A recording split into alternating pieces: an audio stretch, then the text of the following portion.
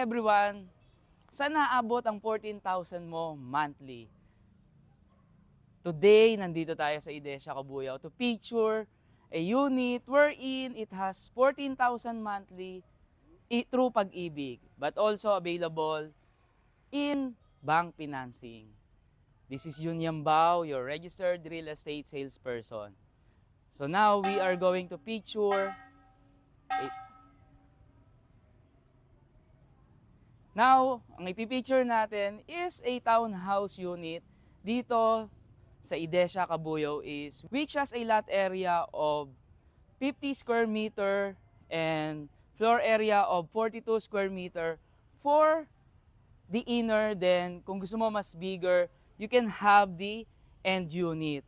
And ang deliverable po natin is core or bare type na tinatawag, or what we call yung open plan. Ibig sabihin, yung mapapasok po natin is a dress unit na nagbibigay sa atin as homeowners ng mga idea if you do not have any interior designer. So tara po, pasukin po natin and makita natin kung ano nga ba ang 14,000 natin monthly o anong mararating ng 14,000 monthly natin. Tara, let's go!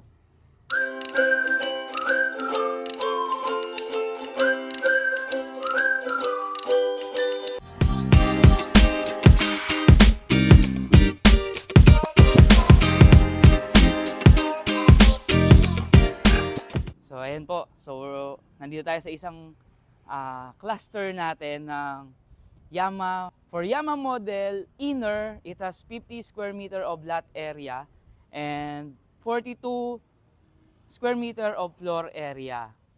Then kung gusto mo naman, you have space sa side, so you can avail the end unit which has a minimum of 75 square meter. So tara pa, pasukin po natin.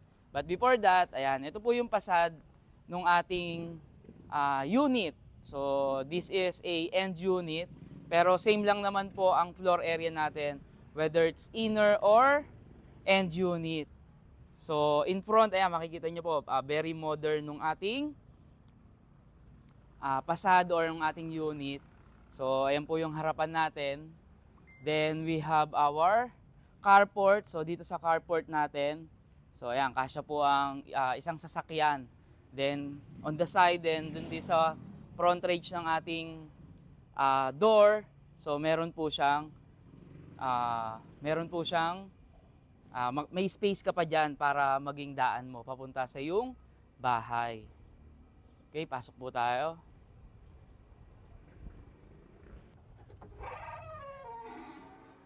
So upon entering dito sa ating unit, mapapansin mo kaagad, bubungad sa atin ang ating living area. So dito naglagay sila ng mga 2 or 3 seater, pero basically siguro para mas maluwag, ayan, 2 seater na sofa. Then naglagay sila ng center table. Then dito mapapansin nyo po, naka-sliding window na tayo, made of aluminum. Ayan. So napakaliwanag din because we are painted with light. Then at the same time, dito sila naglagay ng television for entertainment. So habang nagre-rest tayo sa ating sofa, so pwede tayo manood ng TV, pwede tayo mag-Netflix. Then kung meron tayong visitor or visitors, so pwede rin natin dito sila i-entertain. Then on this one, ito yung ating toilet and bath. So ayan, kung mapapansin niyo po yung toilet and bath natin, so this is for the shower area, then we have the toilet and we have the sink.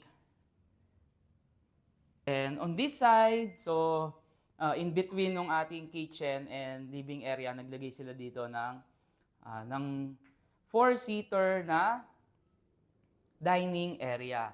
So ayan, tingnan natin kung ano ba yung nandito. So I like the way na hinati nila. So tingnan po natin. Then on this side, ito yung ating kitchen na may single na sink and faucet.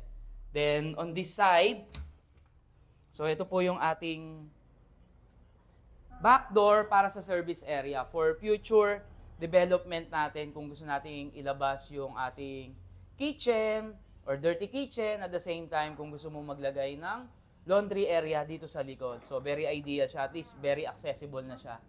Then, tingnan natin. On this side naman, so, ayan, kung mapapansin nyo po, ito yung ating, dito nila nilagay yung ating refrigerator. So, good thing hindi siya kita. Then, at the same time, nag-serve siya as division ng ating living and kitchen area. We're done on the ground floor. So, nakita nyo yung living, kitchen, even toilet and bath, and of course, our setback sa likod for future development ng unit nyo. Now, tingnan natin on the second floor kung ano yung ideal for your family. Let's go!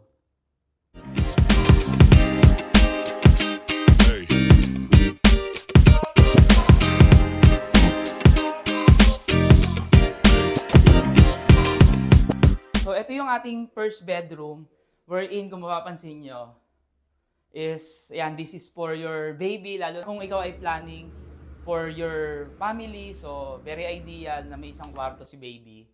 Or kung malaki na naman, that's good. So, you can put one single bedroom siguro dito. Siguro, this is 3x4 or 3x5 na bedroom.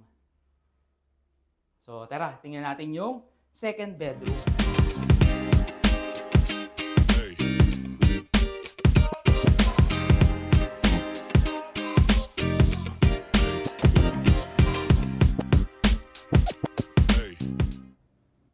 Ayan. So, this is our master's bedroom wherein dito kasya yung queen size na bed natin. Siyempre, para sa inyong mag-asawa or kung single ka pa, well, of course, napakaluwag ng yung bed. And at the same time, we have still a sliding window made of aluminum. So, made color brown. Then, on this side, meron din. So, yan. So, dito, since this is a dress unit, so, yan, naglagay sila dito ng table, naka-fix na table. So, yan, para mas space saver. Meron din tayong aircon. So, air condition is, of course, ano na siya ngayon, necessity na siya. Dahil dito sa Pilipinas, alam niyo naman na medyo mainit na siya. Nakita niyo po yung Yama model natin na end unit. But of course, yon, same lang naman siya ng floor area with inner unit. And if you think this is perfect for your family or for you as investor, so please message me on my Viber, WhatsApp on number of 0956-618-6967. Or you can message me on my FB page, Bahay for One. And if someone of your family and friends na naghahanap ng dream home nila dito sa Idesha, Cabuyao East, so please don't hesitate to share this video. Again, this is Jun Yambao, your registered real estate salesperson. Thank you for watching. Bye-bye!